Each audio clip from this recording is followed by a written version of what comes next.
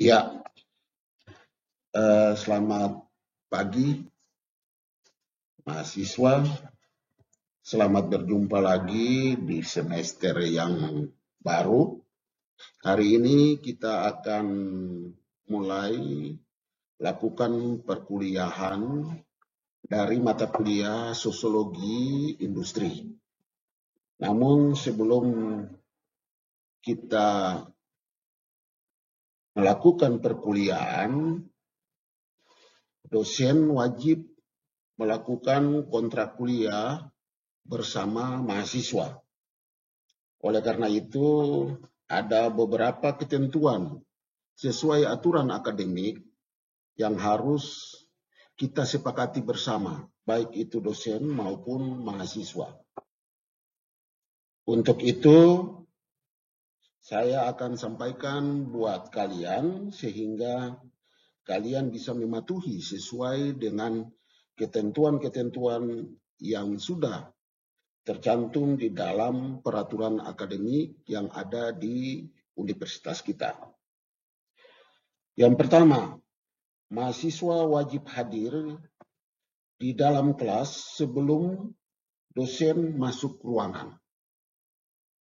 Jadi, sebelum saya atau rekan-rekan saya masuk di ruangan kelas untuk memberikan kuliah, kalian harus masuk terlebih dahulu.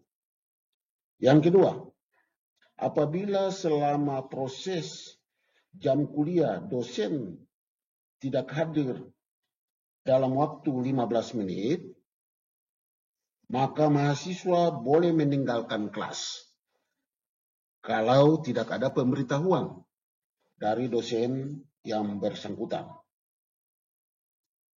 Yang ketiga, selama proses perkuliahan berlangsung, mahasiswa tidak boleh diperkenankan menggunakan HP.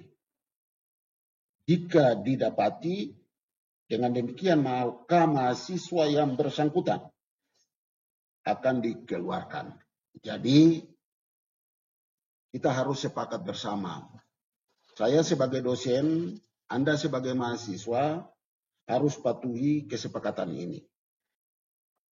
Yang keempat, HP bisa digunakan bila ada instruksi dari saya atau teman-teman dosen saya.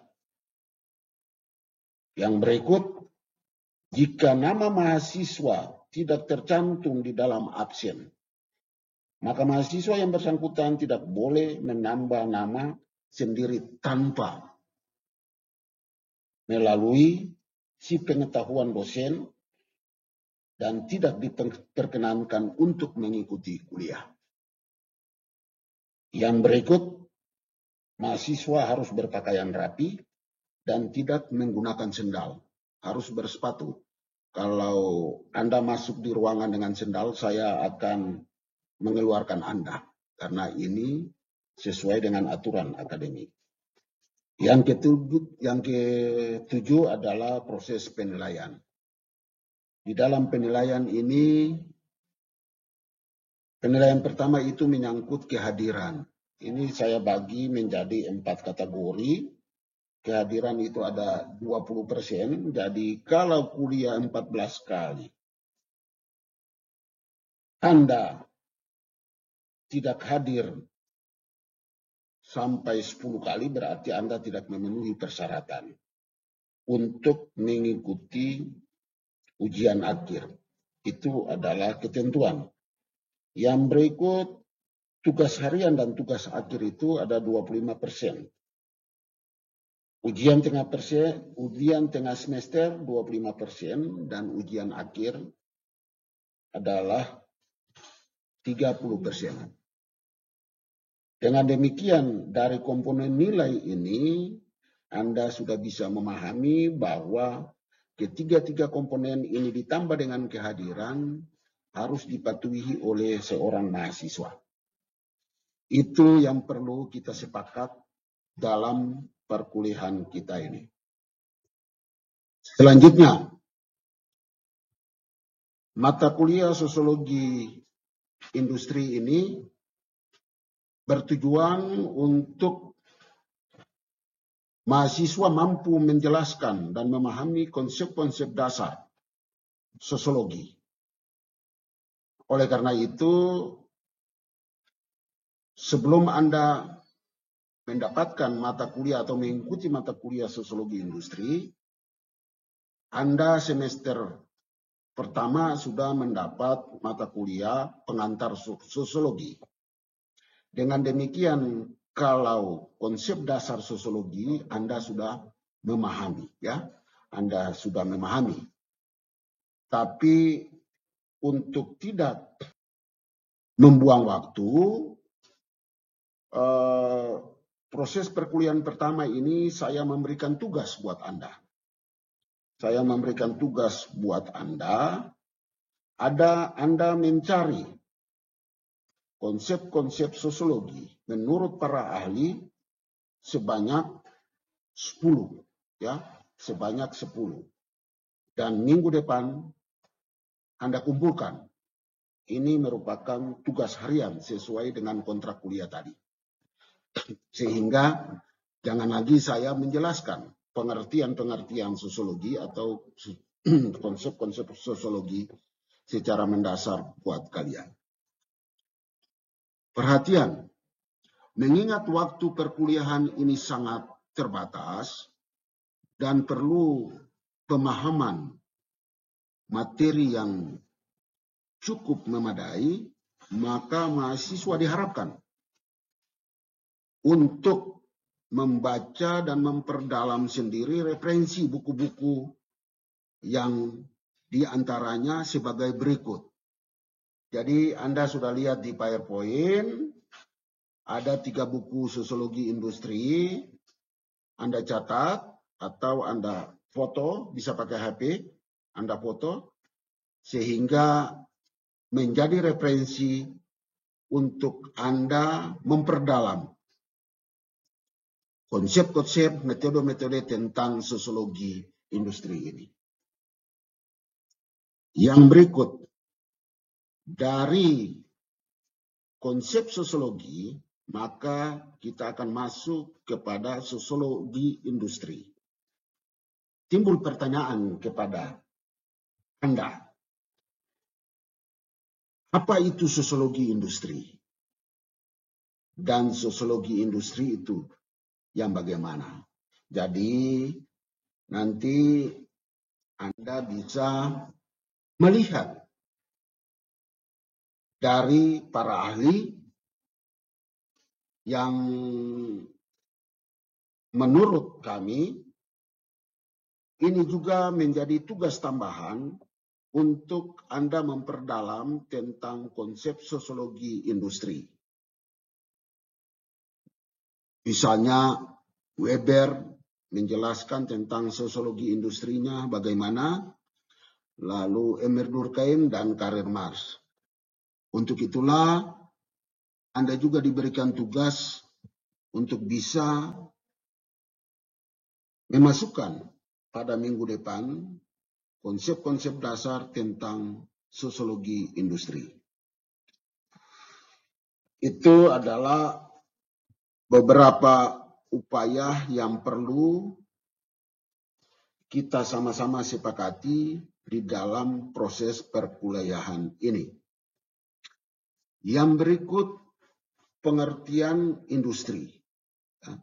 Pengertian industri menurut Wingro Yosubroto, industri adalah setiap tempat di mana faktor-faktor seperti manusia, mesin dan peralatan dalam kurung fasilitas produksi, material, energi, uang atau modal, informasi dan sumber daya alam, atau tanah, air, mineral, dan lain-lain, dikelola secara bersama dalam suatu produk secara efektif guna menghasilkan suatu produk yang efektif, efisien, dan aman. Jadi itu adalah pengertian industri. Namun konsep ini saya memberikan pemahaman kepada Anda hanya satu konsep yang ditampilkan di PowerPoint ini. Anda juga diminta untuk mencari konsep-konsep industri menurut para ahli. Paling kurang 5-10 konsep. Sehingga memperkaya kawasan pikiran Anda, sehingga pada waktu kita menjelaskan tentang sosiologi industri secara lengkap, Anda sudah bisa memahami dan mengerti apa itu industri. Yang berikut, apapun yang berkaitan dengan kehidupan sosial manusia bisa dipelajari di dalam sosiologi industri. Di dalam sosiologi itu juga termasuk ketika sosiologi dikaitkan dengan industri dan lahirnya sosiologi industri itu sendiri. Yang berikut, sosiologi industri. Sosiologi industri adalah cabang ilmu sosiologi yang mengkaji hubungan antara fenomena sosial yang terjadi di dalam masyarakat dengan kegiatan-kegiatan industri. Jadi, kalau sosiologi industri ini mulai berkembang pada abad 17-18, dan pada waktu itu terjadi revolusi industri di Eropa dan Amerika, terutama di Prancis, maka masyarakat berbondong-bondong menuju ke kota untuk mencari pekerjaan. Sehingga terjadi dinamika kehidupan masyarakat di sebuah kota atau di kota tersebut, dan muncullah sosiologi industri sesuai dengan sejarah perkembangan sosiologi itu sendiri. Sosiologi industri juga muncul saat kehadiran proses industrialisasi yang memuat berbagai perubahan-perubahan di dalam kehidupan masyarakat.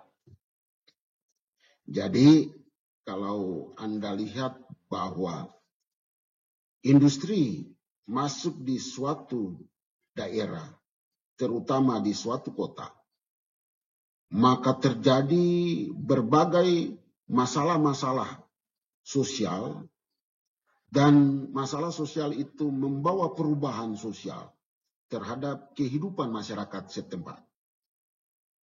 Misalnya contoh, kalau di suatu industri yang baru dibangun dan terletak di daerah yang notabene-nya daerah itu masih dikatakan masyarakat desa.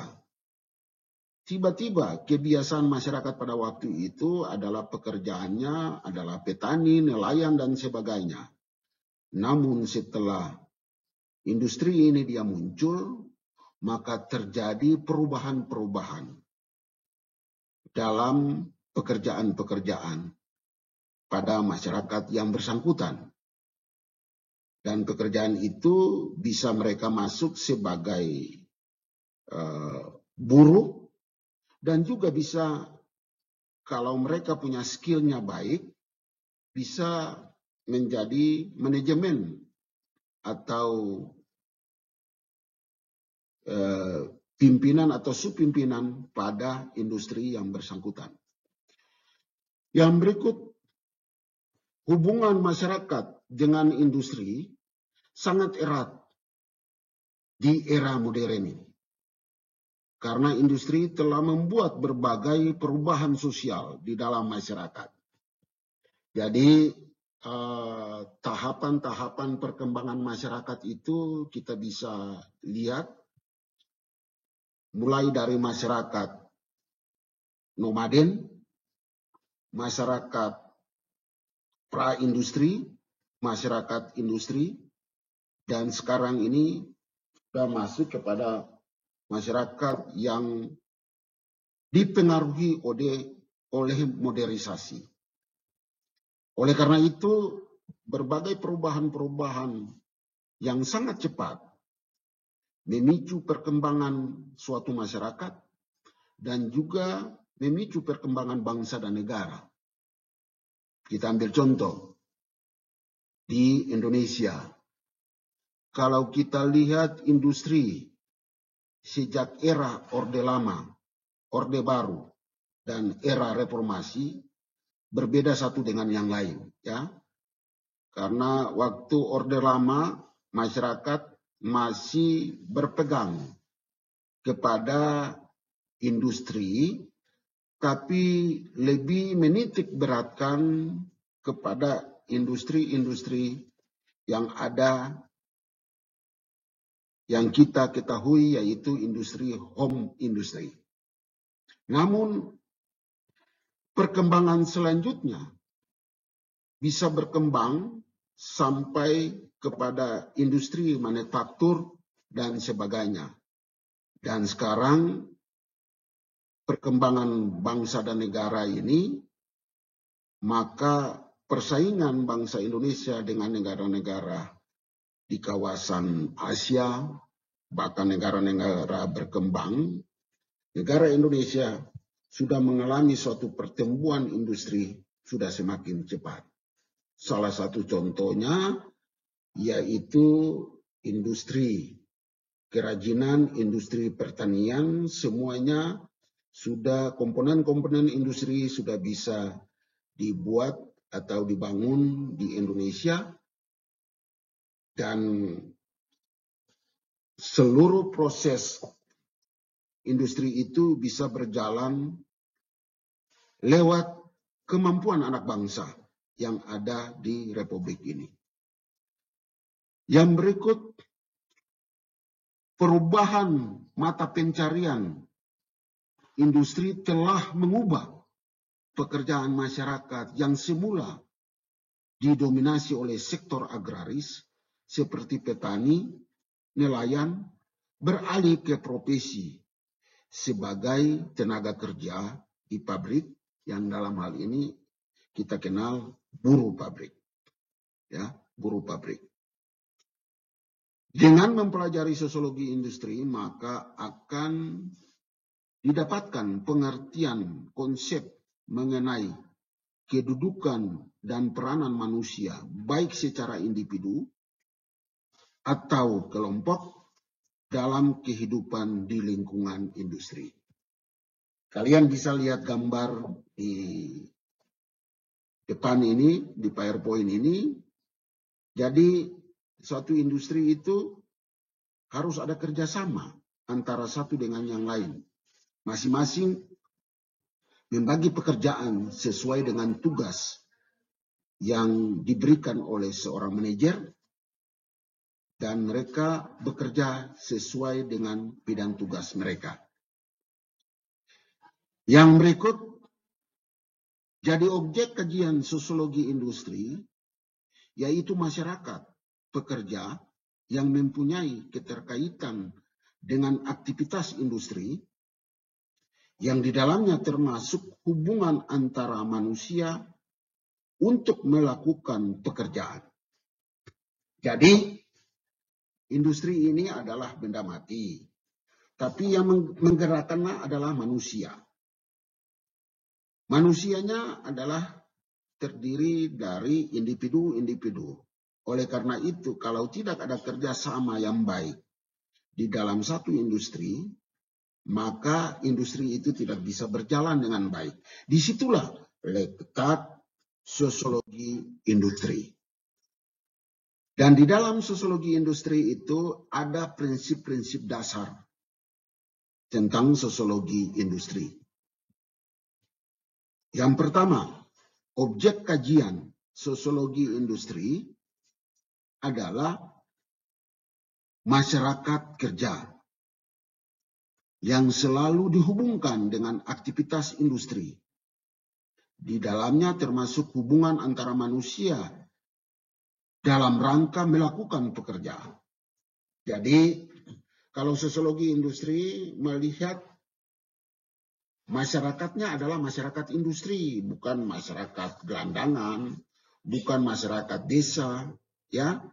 bukan masyarakat urban, tetapi masyarakat yang tinggal di areal industri, yang bekerja di industri, yang dikategorikan sebagai manusia yang melakukan pekerjaan-pekerjaan di dalam industri itu atau di dalam pabrik itu.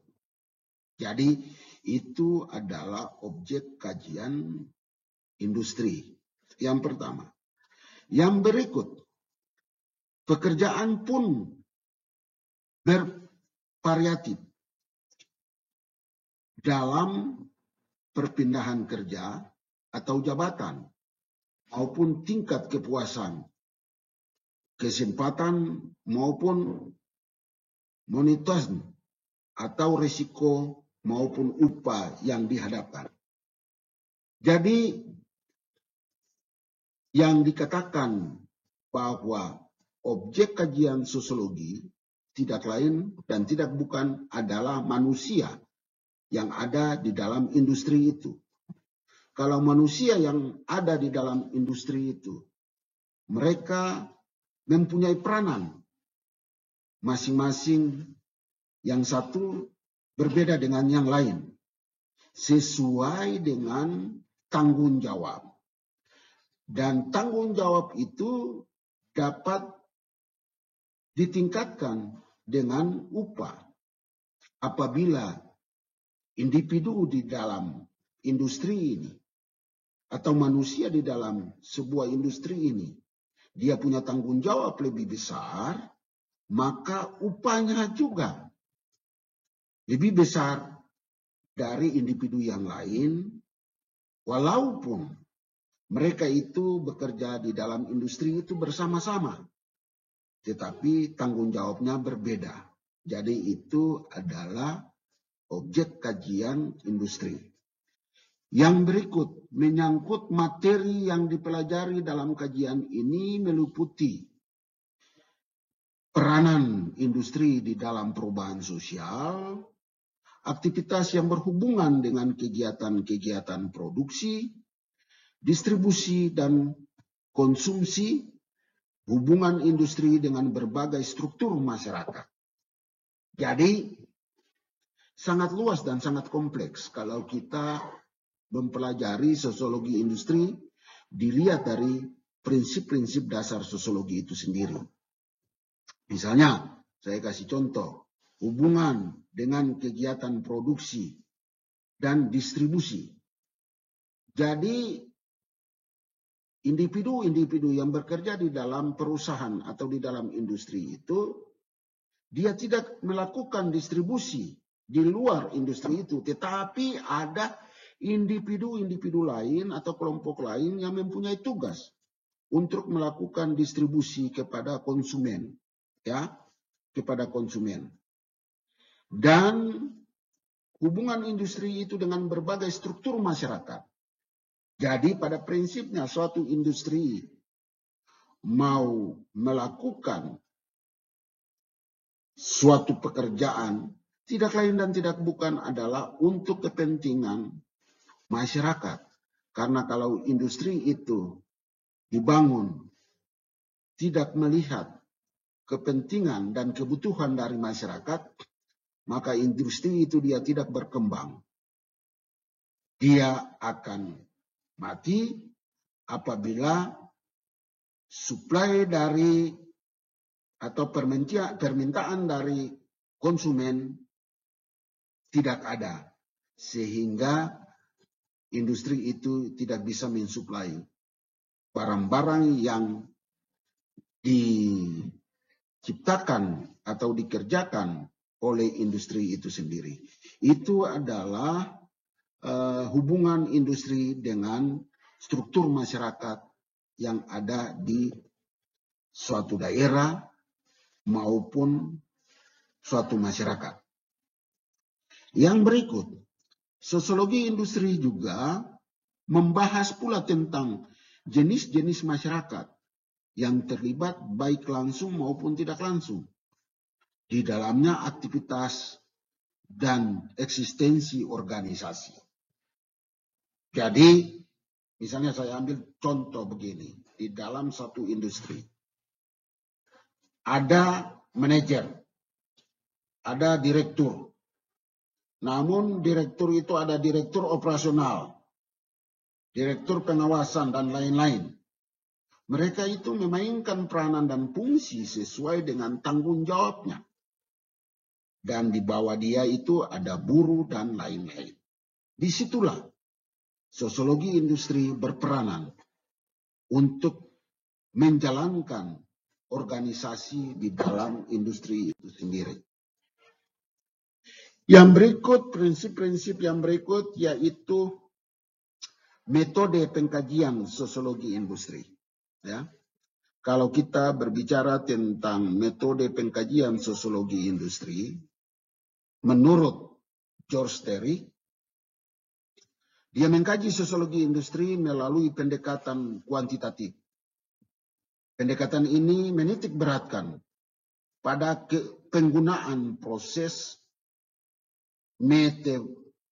matematis hubungan dengan data yang dapat diukur. Jadi, seperti yang saya jelaskan tadi di depan, bahwa sebuah industri mau melahirkan produk, dia harus melihat sampai sejauh mana konsumen membutuhkan hasil daripada industri itu sendiri. Dan itulah mereka mengkaji berdasarkan metode yang dibangun oleh George Terry ini. Pendekatan selanjutnya adalah pendekatan kuantitatif, sangat memperlihatkan proses pengambilan keputusan. Pendekatan ini mendorong manajemen sebagai unsur logis yang dinyatakan dengan cara kuantitatif dan diproses oleh suatu metode untuk menghasilkan jawaban terhadap permasalahan manajemen. Jadi, pada prinsipnya, seorang direktur pemasaran, dia harus menguasai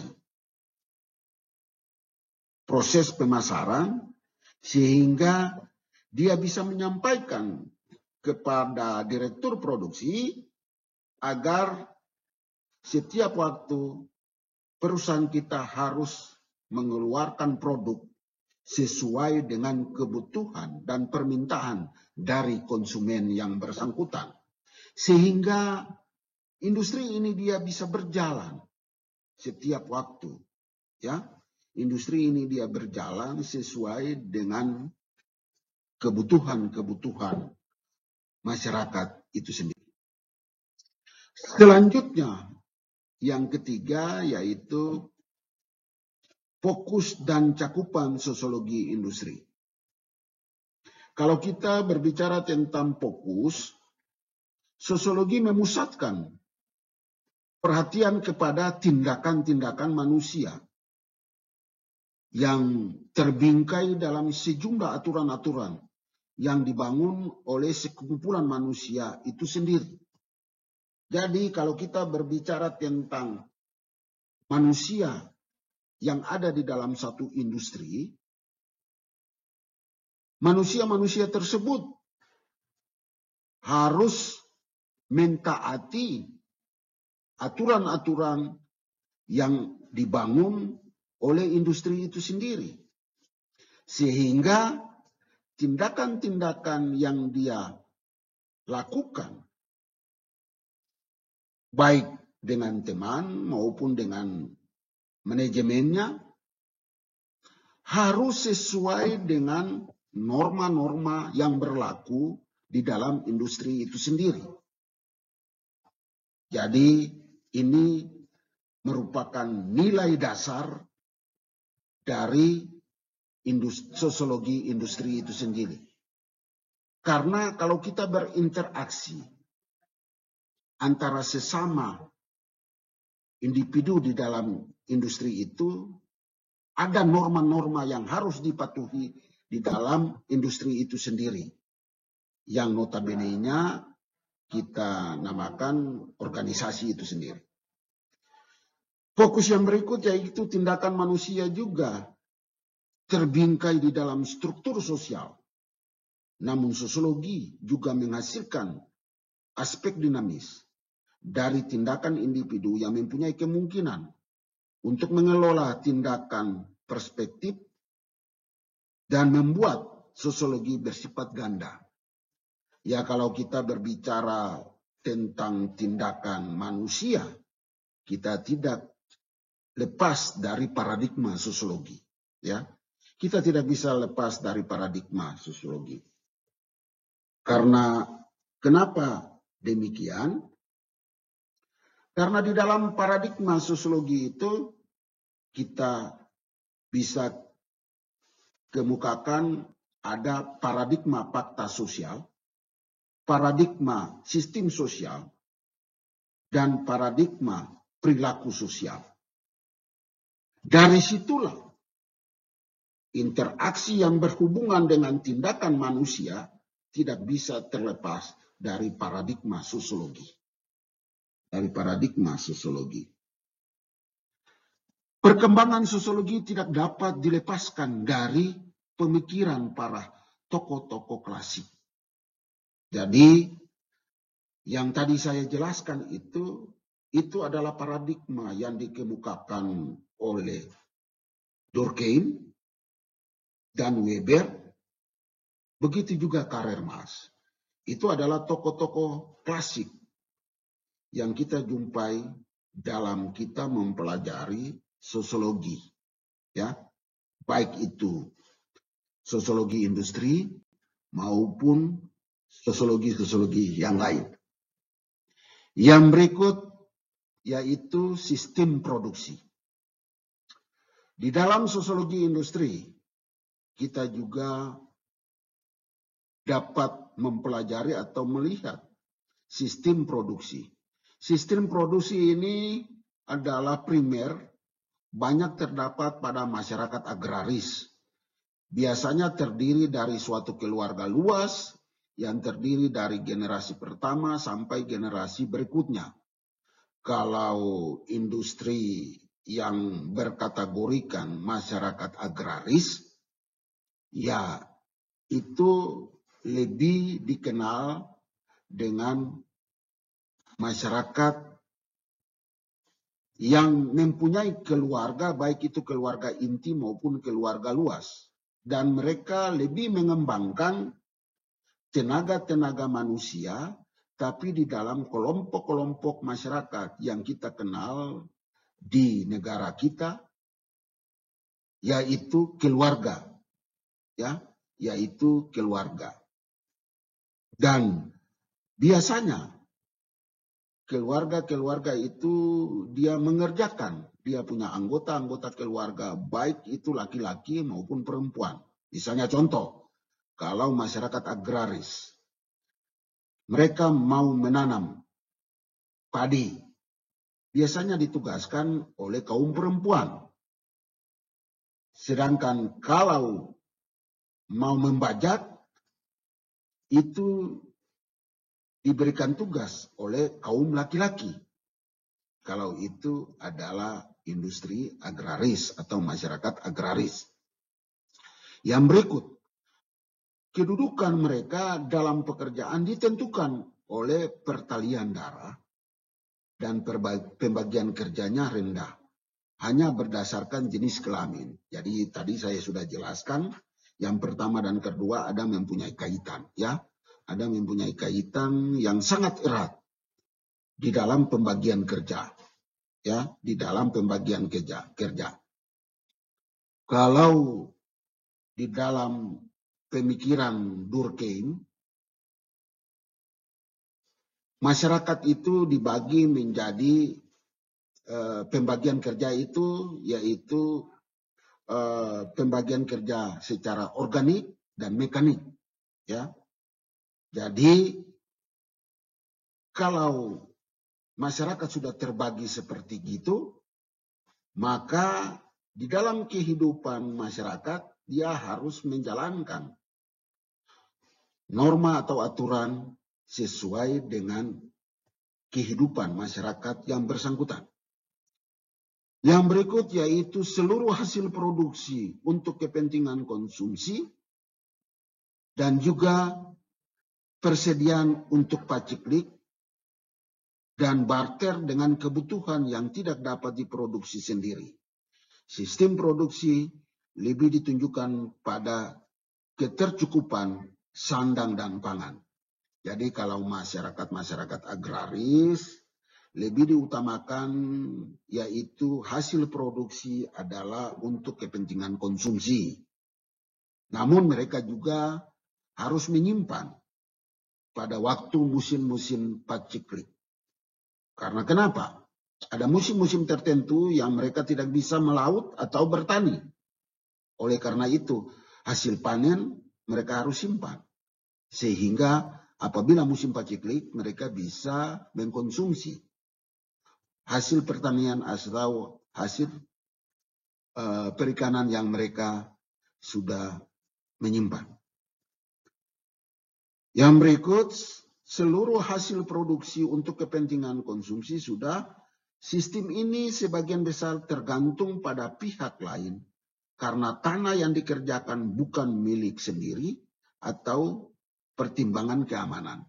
Memang kalau masyarakat agraris ada sebagian besar mereka tidak memiliki lahan atau tidak mempunyai tanah. Mereka itu adalah buruh tani. Mereka bekerja kepada orang yang mempunyai tanah, tuan tanah, atau pemilik modal, sehingga mereka itu merupakan buruh tani. Nah, persoalannya, apabila mereka tidak mempersiapkan kebutuhan-kebutuhan primer pada waktu musim paceklik, maka mereka bisa menghadapi suatu masalah yang notabene-nya di negara kita sampai sekarang itu, yaitu kita lebih kenal tentang kemiskinan. Gejala kemiskinan ini bukan terjadi di desa saja, tetapi di daerah perkotaan juga masyarakat sering diketemukan ada masyarakat yang tidak mencukupi standar kehidupan yang layak, yaitu masyarakat miskin. Demikianlah pertemuan kita pada hari ini. Mudah-mudahan apa yang saya sampaikan pada hari ini kalian bisa memahami dan bisa melaksanakan sesuai dengan komitmen kita pada awal perkuliahannya. Saya kira itu adalah perjumpaan kita dan saya memberikan waktu untuk kita berdiskusi. Kalau yang belum bisa memahami atau belum memahami dan belum mengerti bisa bertanya. Tapi kalau tidak, kita bisa mengakhiri pertemuan kita pada hari ini. Silakan. Dari sekian yang hadir pada hari ini, siapa yang mau bertanya?